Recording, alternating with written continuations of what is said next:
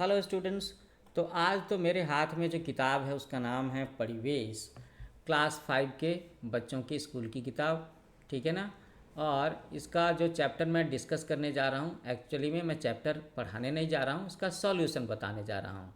तो चैप्टर 14 है और बड़ी प्यारी सी कविता है जिसका नाम है मैं सबसे छोटी हूँ, मैं सबसे छोटी हूँ। तो इसका सॉल्यूशन हम लोग देखेंगे।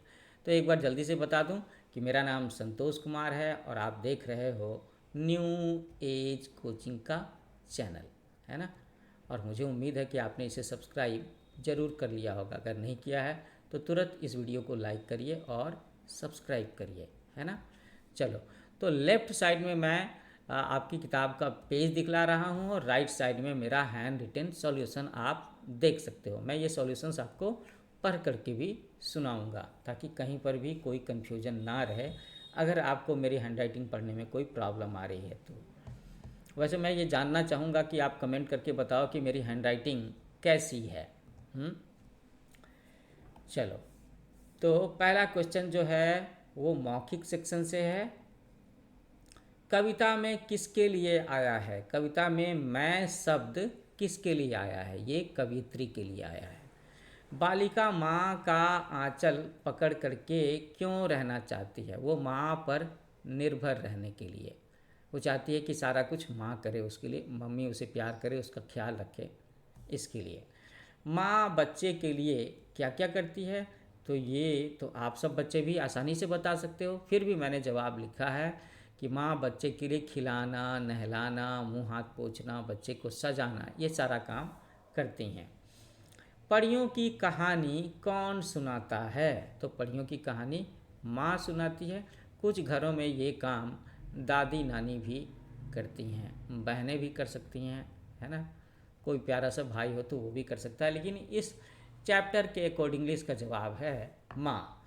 अब हम लोग आ गए लिखित सेक्शन में, जहाँ पर 2-3 सेंटेंसेज में, छोटे छोटे सेंटेंसेज में हमें सवालों के जवाब देने हैं। बड़े होने पर माँ के व्यवहार में क्या अंतर आ जाता है? तो बड़े होने पर बच्चों को अपने काम खुद करने होते हैं, ऐसा होता है ना। घर में सब लोग कहने लगते हैं कि भाई तुम तो बड़े हो गए, ये काम खुद से करो। तो बड़े होने पर बच्चों को अपने काम खुद करने होते हैं और अपना ख्याल भी खुद रखना होता है। तो क्या होता है ना कि माँ कहती है, माँ ये बातें कहती है कि भाई कि तुम अपना काम खुद करो।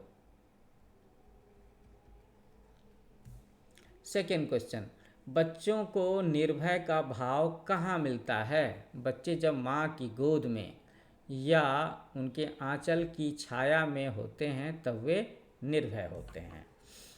ग, अंत में कवि बालिका के रूप में क्या देखना चाहता है? अंत में कवि बालिका के रूप में चंद्रोदय देखना चाहता है। अच्छा, मैं सोच रहा हूँ कि इसमें जो फर्स्ट क्वेश्चन है ना कि बड़े होने पर माँ के व्यवहार में क्या अंतर आ जाता है, इसका उत्तर एक बार फिर से लिख दूँ। इसका उत्तर होगा कि बड़े होने पर माँ बच्चों को अपना काम खुद करने को बोलती हैं।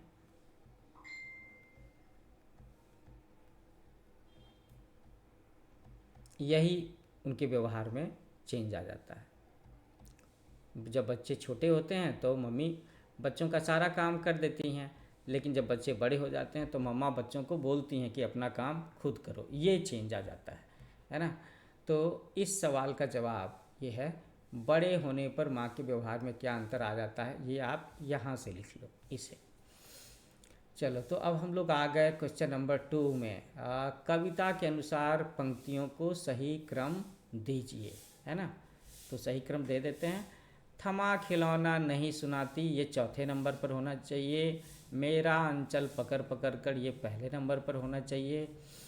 तेरे अंचल की छाया में, ये 5वें नंबर पर होना चाहिए। बड़ा बनाकर पहले हमको, ये तीसरे नंबर पर होना चाहिए। फिरूं सदा माँ तेरे साथ, ये दूसरे नंबर पर होना चाहिए। तो ये नंबरिंग की हुई है ना स्टूडेंट्स। तो इसके साथ में ही ये जो चैप्टर नंबर 14 था, जो कविता है मैं सबसे छोटी हूँ, इसका सॉल्यूशन मैंने आपको पढ़ करके लिख करके दिखा दिया। तो अब बस एक छोटा सा काम आपको मेरे लिए करना है कि आपको मेरे चैनल को लाइक करना है। अगर अभी तक आपने सब्सक्राइब नहीं किया है तो इसे तुरंत सब्सक्राइब कीजिए, और इस वीडियो के बारे में अपने कमेंट्स ज़रूर लिखिए। कमेंट्स में आप ये भी लिख सकते हो कि आने वाले समय में आपको मेरे चैनल पर और क्या क्या चीज़ें चाहिए, चैप्टर की एक्सप्लेनेशन, सब्जेक्ट बता सकते हो, है ना। मैं कई बार बच्चों के डिमांड पर, बच्चों की रिक्वेस्ट पर भी उनके लिए वीडियो बना करके अपलोड कर देता हूँ। So thank you for watching. मिलते हैं नए वीडियो में। Happy learning with new age coaching.